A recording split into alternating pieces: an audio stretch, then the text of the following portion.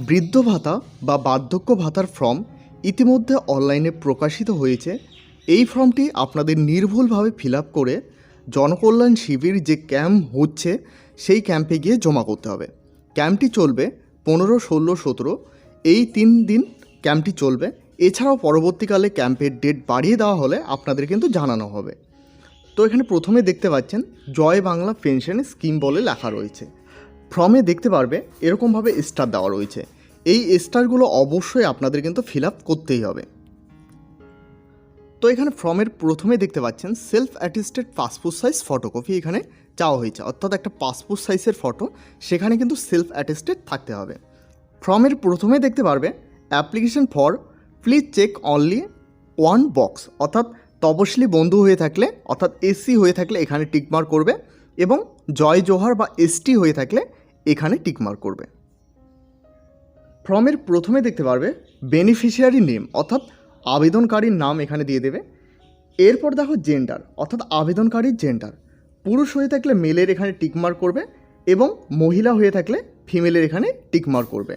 এরপর দেখো date of birth, অর্থাৎ আবেদনকারীর ডেট অফ বার্থটি এখানে কিন্তু লিখে দেবে।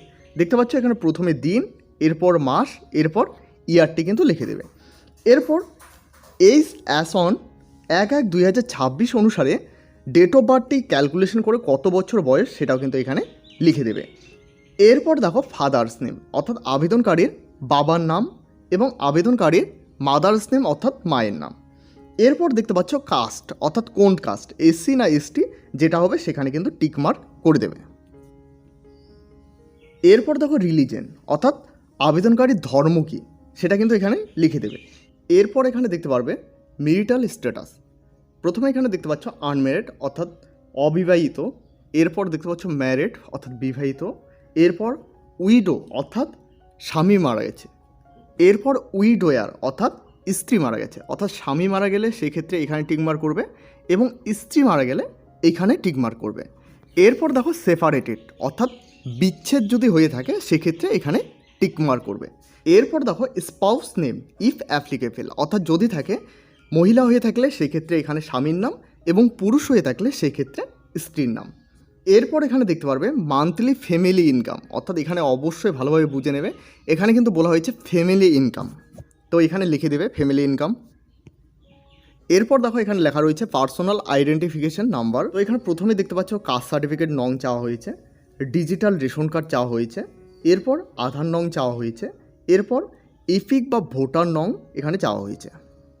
এরপর দেখো CA application status is applicable, অর্থাৎ সিএতে আবেদন করে থাকলে এখানে কিন্তু টিকমার্ক দিয়ে এবং অ্যাপ্লিকেশন নংটি এখানে লিখে দেবে।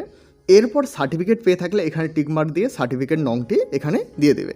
অন্যথা অর্থাৎ সিএতে আবেদন না করে থাকলে এখানে কিন্তু লিখতে হবে না।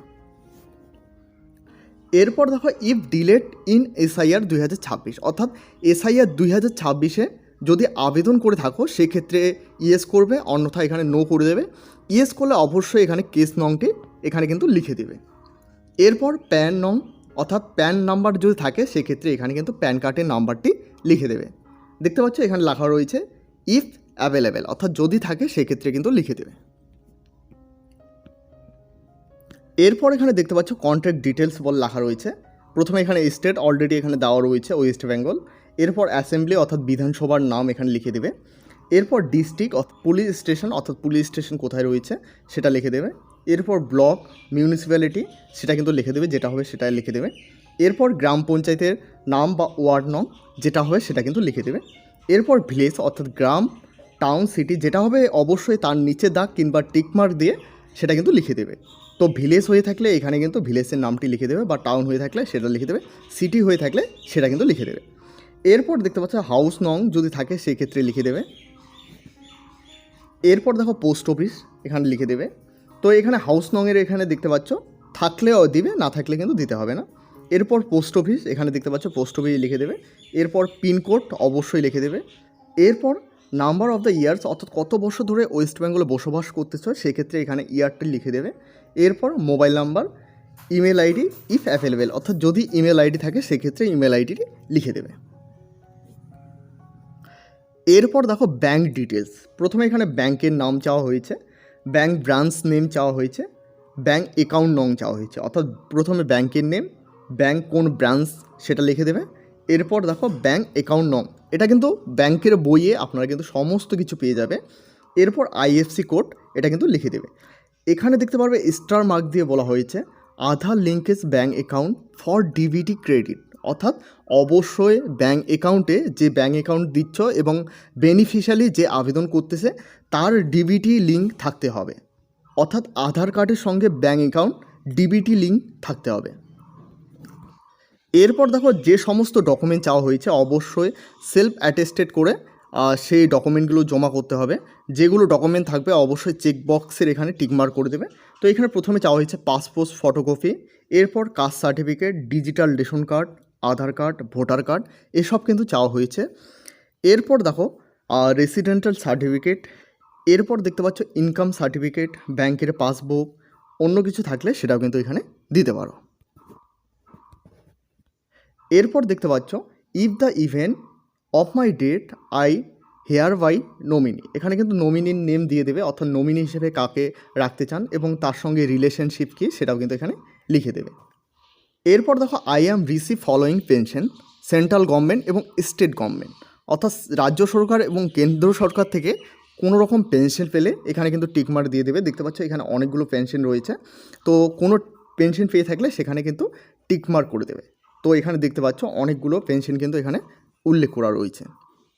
এরপর এখানে দেখতে পাচ্ছ এখানে ডেট বল লেখা রয়েছে এবং সিগনেচার অফ দ্য অ্যাপ্লিক্যান্ট লেখা রয়েছে, অর্থাৎ আবেদনকারীর এখানে সই দিতে হবে এবং যে ডেটে জমা করবে সেই ডেটটি কিন্তু এখানে উল্লেখ করে দেবে। নিচের এটা কিন্তু ফর্ম ফিল আপ করতে হবে না, দেখো এখানে পরিষ্কারভাবে বলা হয়েছে for the office use only বলা হয়েছে, তো নিচেরটা এখানে ফর্ম ফিল আপ করতে হবে না। তো এই হলো আজকের বার্ধক্য ভাতা বা বৃদ্ধ ভাতার ফর্ম ফিল আপের সম্পূর্ণ স্টেপ বাই স্টেপ প্রসেস। তো এই হলো আজকের গুরুত্বপূর্ণ আপডেটটি ভালো লাগলে অবশ্যই একটি লাইক করবে। এই চ্যানেলটা প্রথমবার হয়ে থাকলে অবশ্যই চ্যানেলটিকে সাবস্ক্রাইব করে সাথে বেল আইকন প্রেস করতে ভুলবে না, এবং এখনও পর্যন্ত আমাদের হোয়াটসঅ্যাপ গ্রুপ এবং টেলিগ্রাম চ্যানেলে জয়েন না হয়ে থাকলে অবশ্যই সকলে জয়েন হয়ে নেবেন, কারণ সেখানে সমস্ত আপডেট সবার প্রথমে দেওয়া হয়ে থাকে। ভিডিওটি শেষ পর্যন্ত দেখার জন্য অসংখ্য ধন্যবাদ।